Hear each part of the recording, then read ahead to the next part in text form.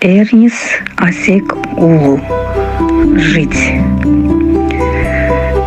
Жить можно верить, можно быть невидимым. И кто-то тебя не поймет, смириться с тем, что есть и будет. Смириться трудно. Трудно верить в чудо. И это будет смех. Устать даже от надежды страшно.